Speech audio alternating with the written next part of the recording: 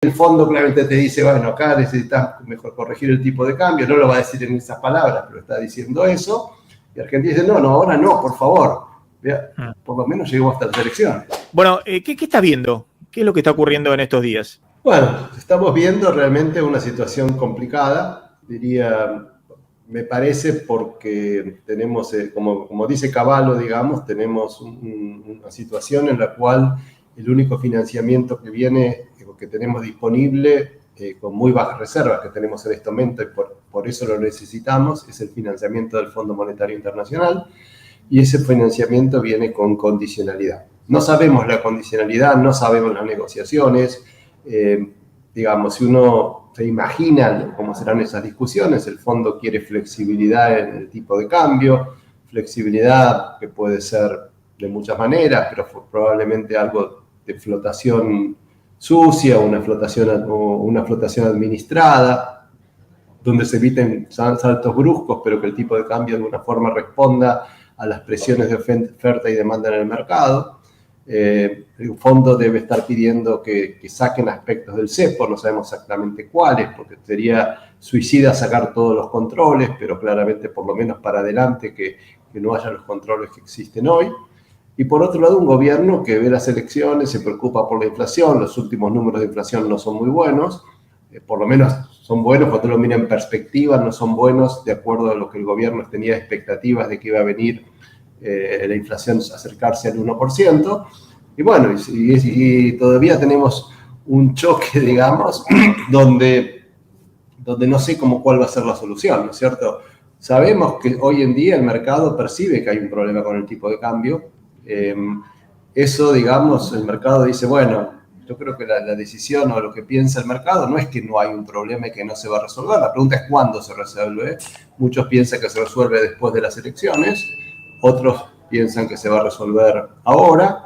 Y bueno, estamos con mucha incertidumbre realmente por toda esta situación que estamos viviendo, ¿no?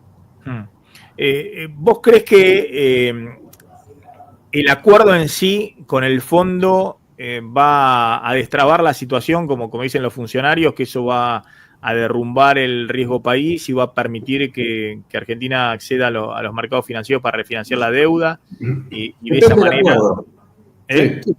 No, depende fundamentalmente de cómo sea el acuerdo, digamos. Digamos, el acuerdo va a depender de todos los detalles, digamos. O sea, acá yo creo que el mercado y muchos operadores están pensando, bueno, si se puede con un acuerdo destrabar la incertidumbre. Si el acuerdo es un acuerdo, digamos, que pone exigencias grandes de acumulación de reservas, y por lo tanto la gente no está cómoda con que centrarlas puede ganar con este tipo de cambio, y bueno, la incertidumbre no va a desaparecer. Aparte tenemos un tema adicional, ¿no? Que es que el mercado internacional está muy complicado. Estamos hablando de un mercado en el cual es fácil pensar que el riesgo país se va a desplomar. A fin de año estábamos a 570, digamos. Hoy estamos arriba de los 800, 830, algo así.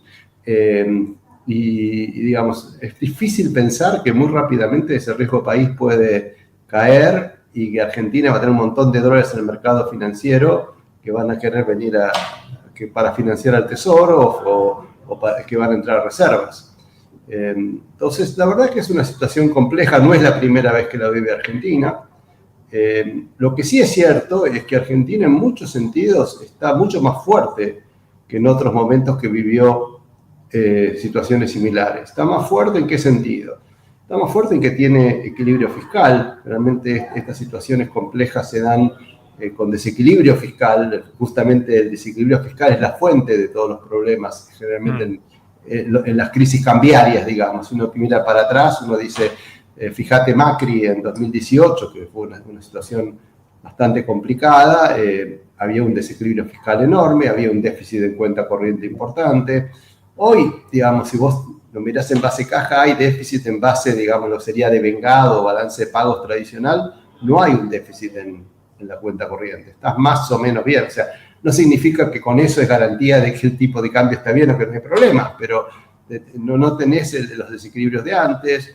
Yo creo que nadie duda de que Argentina va a pagar su deuda. Yo no veo que acá tengamos problemas en los bancos, en la deuda. Es un problema puramente cambiario. Eso es lo que hay que entender. Es un problema puramente cambiario que tal vez en otro momento se hubiera resuelto con un salto en el tipo de cambio. Ahora es mucho más complejo porque tenemos elecciones, y esas elecciones son cruciales, y un salto en el tipo de cambio sería muy disruptivo para la inflación, y creo que ese es el gran problema que estamos hoy. El timing del problema es horrible, es muy mal timing, porque, digamos, el mercado, por ahí el fondo claramente te dice, bueno, acá necesitas mejor corregir el tipo de cambio, no lo va a decir en esas palabras, pero está diciendo eso, y Argentina dice, no, ahora no, por favor, por lo menos lleguemos hasta las elecciones.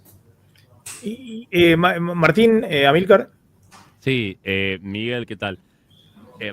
Si el gobierno en el corto plazo logra revertir la tensión, aunque sea mediante la intervención, o sea, baja la brecha, que de todas maneras parece que no es el indicador más preocupante de esta tensión, dado que es una brecha de 20% nada más, pero baja el dólar futuro y lo pone por debajo de la tasa, por más que sea con intervención. ¿Vos creés que restableciendo esa ecuación, digamos, a un escenario similar a antes de estas vísperas del acuerdo con el fondo, los agentes económicos van a volver a liquidar los exportadores, a tomar deuda comercial los importadores, o ya está, digamos, el mercado no va a creer más en la continuidad de ese esquema?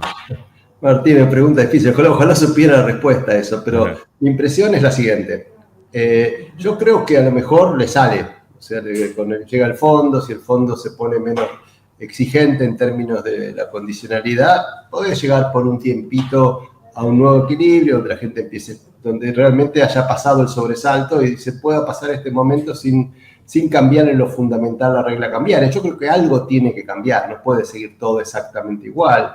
Seguramente tendrán que sacar el dólar blend, a lo mejor hacen una pequeña banda que se desliza al 1%, al 1 o al 2%, o sea, algo pequeño va a tener que ceder el gobierno, porque no puede seguir todo igual, y el fondo desembolsarte alegremente 8.000 millones, yo creo que al staff del fondo lo echan directamente, si pasa eso. Entonces yo creo que algo va a cambiar, pero puede ser mucho en la dirección que vos estás diciendo, Martín, que haga un pequeño cambio, sacan el dólar blend, le dan un poquito más de flexibilidad al tipo de cambio oficial, y en vez de devaluarse al 1, se devalúa al 3, qué sé yo, cosas mínimas, y puede de alguna forma, a lo mejor, si viene con mucho apoyo del fondo y dólares, y más del Banco Mundial, más el BID, más la CAF, por ahí te descomprimís. Ahora, lo que no evitás es que pueda haber un segundo evento o episodio similar a este, a medida que nos acerquemos a las elecciones, y vuelva a aparecer el temor, digamos, a un ajuste más fuerte, ya no impulsado por el fondo, sino mismo por el mercado, ¿no? Eso no se puede descartar, pero sí puede pasar lo que vos estás diciendo, y que tengamos 2-3 meses tranquilos. Me parece llamativo lo que mencionaste, un crawling de 3% como una alternativa, que nadie lo pensó. No sé si... No, qué sé yo, no, pero se habló de un poco más de flexibilidad.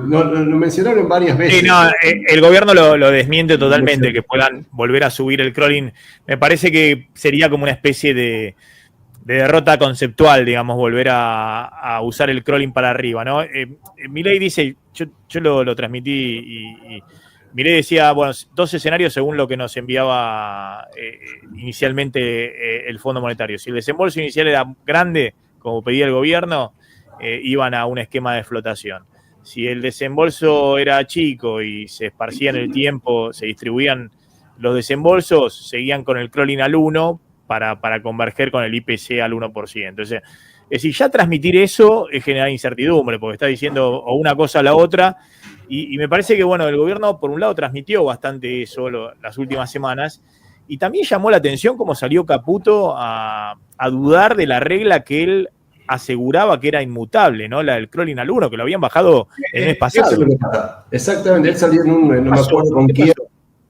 No, exactamente, yo me baso en esto de crawl que se desliza al 1, porque dijeron que a lo mejor había que darle un poco de volatilidad al mercado y no ser, pero poco, yo por eso digo, poco no es 10%, poco es 2-3%, una cosita mínima como para que el fondo diga, conseguir flexibilidad, pues el fondo no puede dar 8.000 palos upfront a cambio de nada, a cambio de sacar el blend, eso es lo que va a conseguir, me parece que sería demasiado poco. Por ahí el 3% hasta puede ser contraproducente. Yo digo 3% que igual era al 1, pero le das volatilidad, le das una banda donde puede moverse y termina moviéndose 3. Pero lo que te quiero decir es que yo no creo que todo siga exactamente igual. Si es poquito lo que se mueve, el gobierno lo puede defender. Ahora, si se mueve 30%, que no creo que sea el caso, el gobierno no lo puede defender. De muy poquito decís, bueno, seguimos con una regla, le damos un poquito más de flexibilidad, pero la regla se mantiene. No devaluamos. No, te hago una, o sea, si ya evaluamos un escenario que pueda haber un corrimiento del dólar o algún cambio de la regla, ¿tiene margen para hacer cierta compensación desde el lado fiscal? Porque siempre todos quieren devaluar sin devaluar y puede dar algún incentivo por ese lado, como hizo con las retenciones. ¿Tiene algún margen para hacer eso o algún incentivo o algún amortiguador para que el impacto, por ejemplo, que si sube el tipo de cambio, las tarifas no se vayan muy arriba, algo impositivo? ¿Tenés margen por ese lado? Mucho margen no hay porque estamos con equilibrio fiscal ajustado, digamos, y ya bajamos las retenciones ya se han bajado las retenciones para mejorar el campo. Tendría que subir las retenciones de vuelta. No parece, digamos, la política que uno quiere seguir. Te doy tipo de cambio, pero te lo cobro con retenciones, que es lo que se hacía en las viejas devaluaciones. En los años 60 devaluaban y le ponían una retención a los alimentos para que no fuera inflacionario.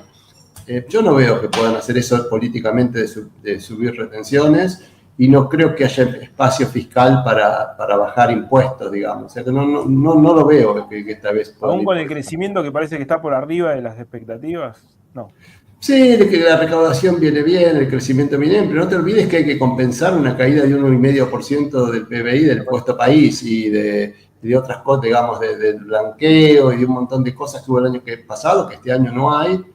Y me da la impresión que la presión, por ejemplo, sobre obra pública con las provincias está aumentando. Nada que uno se horrorice, pero marginalmente estaría aumentando. Entonces no veo que haya mucho espacio por el lado fiscal para compensar.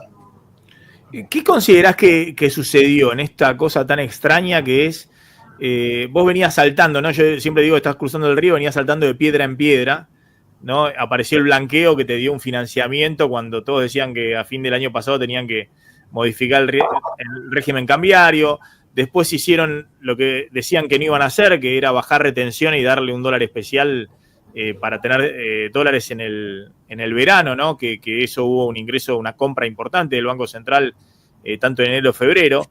Es cierto que vendieron 2.000 millones de dólares en la brecha, es decir, lo que compraban después lo terminaban vendiendo en la brecha no se sabe, para mantener comprimida la brecha adicional al dólar blend.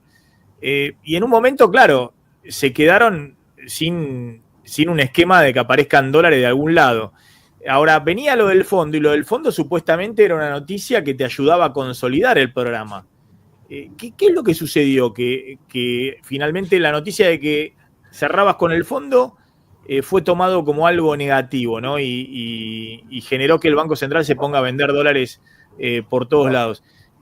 ¿Vos crees que ahí hubo un fallo de cálculo con el tema del Tesoro norteamericano, que por ahí pensaban que el Tesoro te iba a despejar todo para seguir con porque todos descontaban que iban a seguir con el crawling pega hasta octubre, hasta las elecciones?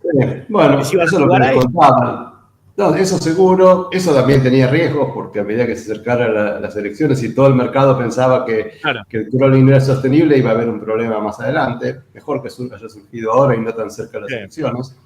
Pero yo creo que pasaron algunas cosas políticas, o que fue el tema Libra, que creo que de alguna forma lo desprestigió un poco. El gobierno por primera vez lo puso a la defensiva, generó mucho ruido afuera, incluso entre inversores. Y eso fue un primer llamado de atención, no creo que sea lo único, pero eso fue un primer momento donde el gobierno, por primera vez, pasó un momento así amargo, ¿no es cierto?, difícil. Y después el problema con el fondo, yo creo que fue que la negociación iba a empezar en enero, el programa estaba casi listo, faltaba poner el moño en enero, en febrero, principio de marzo. Y creo que lo que disparó la situación, la empeoró mucho, fue cuando Caputo salió a decir, empezó a hablar un poco de flexibilidad y se empezó, y la gente veía que el programa no se cerraba. Entonces empezó a sospecharse de que no todo iba a seguir exactamente como estamos.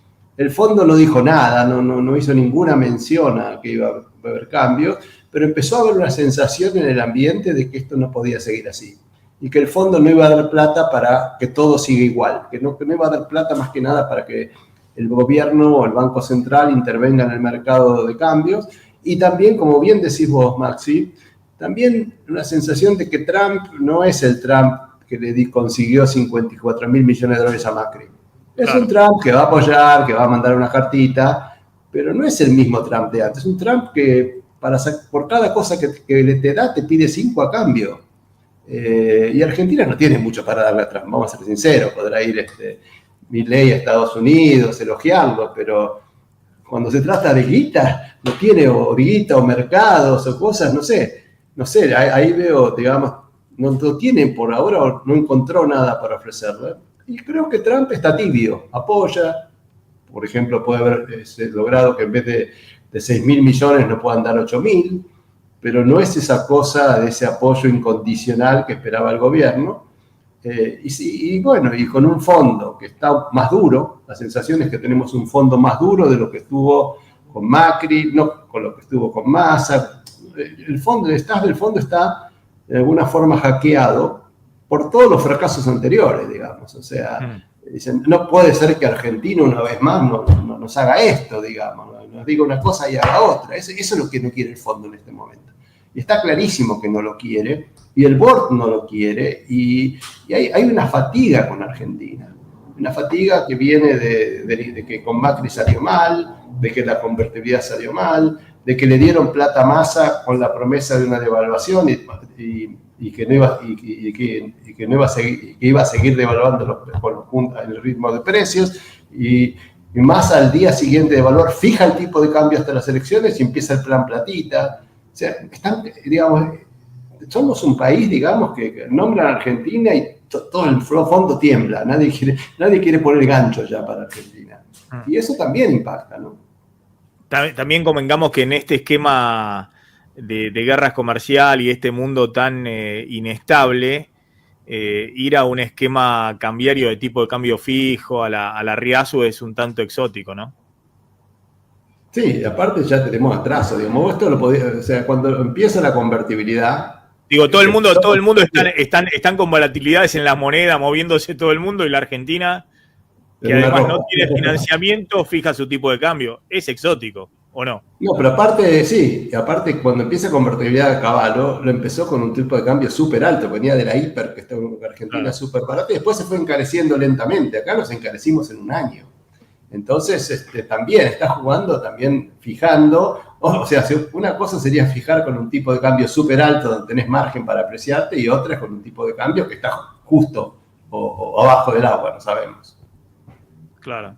Sí, ahí lo que todos plantean es que el gobierno había establecido una regla transitoria que era el 2%. El propio Caputo lo decía cuando lanzó el programa, que necesitaba una referencia nominal del plan económico para los primeros 3-4 meses, que después eso se iba a ir flexibilizando, digamos, que iba a ir ajustando según el ritmo inflacionario, y esa regla la tomó como si fuera la base del programa económico, ¿no? Después sí, claro. Entonces ahí se complicó todo porque no la movió más. Es más, cuando la movió para abajo, y incluso hay algunos que hablan de la que si la tiene que mover de vuelta, la movería a 0,5 o a 0. Cuando todo el mundo piensa que hay que ir para el otro lado. Pero sí, yo creo que empezó como regla transitoria. Y la otra cosa que no pudo hacer el gobierno es salir del cepo. O sea, si en la práctica sí se flexibilizó el cepo para las importaciones, pero para casi todo lo demás sigue bastante restringido, digamos. Es complicado para hacer pagos al exterior. Y eso obviamente lleva a que las empresas... no es solamente el cepo, es el hecho de que hay dos tipos de cambio. O sea, todavía tenemos dos tipos de cambio. Y entonces la gente dice, pero pará, ¿y Argentina cuál es el tipo de cambio que tengo que mirar? Y la convergencia del tipo de cambio oficial, medio que ahora claramente está en duda. Y es lo que pasa en general, que los tipos de cambio convergen al libre. O sea, las cosas hasta fin del año pasado era un relojito suizo. Lo que ellos decían pasaba. Ahora, viste, empezás, ya no le salen todas, y entonces el mercado se le anima un poquito más. La última, Martín. Sí, Miguel, ¿a vos te parece que la brecha puede converger de arriba hacia abajo o necesariamente tiene que... O sea, ¿es posible eso que el gobierno viene diciendo desde antes o necesariamente tiene que pasar ese salto? O sea, ¿hay alguna otra manera como vos dijiste que el problema es netamente cambiario, de solucionar eso sin afectar todo lo demás? Y todo depende, digamos, de dónde está. Digamos, el año pasado, por ejemplo, sí hubo momentos en que la brecha, sobre todo al principio, estaba totalmente, o sea, se iba achicando, bajó de 200 al 7%. Estaba convergiendo, también que el mercado no era libre, pero estaba convergiendo. Ahora estamos en otra situación. Entonces, a mí me parece que era difícil que hubiera convergido, si hubiera estado todo libre, que convergiera el tipo de cambio oficial, pero podría haber sido una brecha, digamos, que podría haberse unificado en un nivel bastante parecido al tipo de cambio oficial. Ahora estás en una situación más difícil porque el mercado está nervioso. Entonces, y calmar este mercado en un año electoral va a ser difícil.